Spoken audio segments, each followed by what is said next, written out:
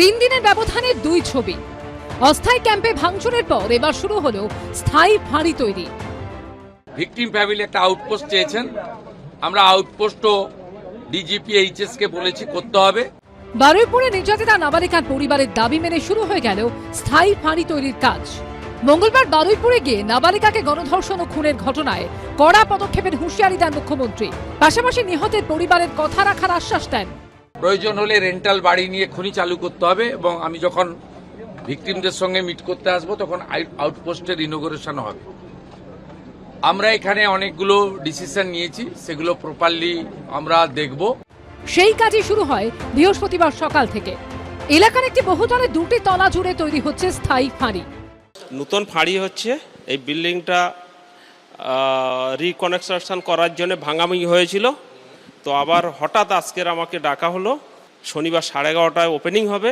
এরই মধ্যে দিনরাত একযোগ করে কাজ করতে হবে। বন্ধুর জন্মদিন উপলক্ষে বাড়ির বাইরে বেরিয়েছিল ক্লাস 6-এর নাবালিকা, কিন্তু আর ফেরা হয়নি। রবিবার সকালে পুকুর থেকে তার দেহ উদ্ধারের পরই উত্তপ্ত হয়ে ওঠে এলাকা। রণক্ষেত্রের চেহারা নেয় দক্ষিণ 24 পরগনার বারুইপুর। ভাঙচুর করা হয় অস্থায়ী পুলিশ ক্যাম্প। এদিনও ঘটনাস্থলে গিয়ে দেখা যায় তাণ্ডবের ছবি স্পষ্ট। সব জানলার কাঁচ ভাঙা, ভেঙে ফেলা হয়েছে সিসিটিভি, উপড়ে ফেলা হয়েছে সুইচ বোর্ড। গ্যাসের উনুনে এখনো বসানো কড়াই। ঘটনার সময় হয়তো রান্না বসিয়েছিলেন পুলিশ কর্মীরা। আপাতত অস্থায়ীভাবে এখানে এখন যারা পুলিশ কর্মীরা রয়েছেন তারা সেখানে বিশ্রাম নিচ্ছেন এবং এই গোটা এলাকায় তারা কিন্তু কর্ডন করে রেখেছেন। কেন না, এখানে যে সমস্ত জিনিস ভাঙচুর করা হয়েছে পরবর্তী সময় তদন্তে তা লাগতে পারে বা সেগুলোকে সিজ করতে হতে পারে। সেই কারণে কিন্তু এখনো পুরো যে আউটপোস্ট সূর্যপুরের তা কিন্তু স্বাভাবিক অবস্থাতে এই মুহূর্তে নেই।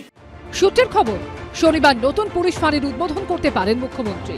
পার্থপ্রতিম ঘোষ, সুকান্ত মুখোপাধ্যায় ও সুকান্ত দাসের রিপোর্ট, এবিপি আনন্দ। এবিপি আনন্দ, এগিয়ে থাকে, এগিয়ে রাখে।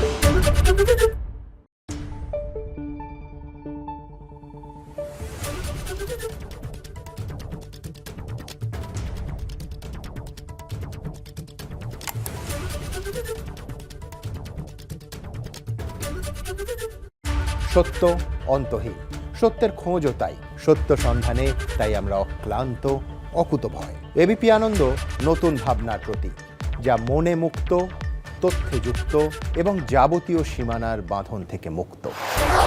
সীমা না শব্দটির মধ্যে লুকিয়ে আছে মানা শব্দটি, যেন চোখ রাঙানি এক অদৃশ্য বেড়াজাল, যা আটকে রাখে আমাদের এক ছোট্ট গণ্ডির মধ্যে। একমাত্র সঠিক খবরই গড়ে তুলবে এক মুক্ত সমাজ। সেই জগৎ গড়ার লক্ষ্যে কোনো সীমানার ঠুকুটি আমরা মানব না। এবিপি আনন্দ, এগিয়ে থাকে, এগিয়ে রাখে।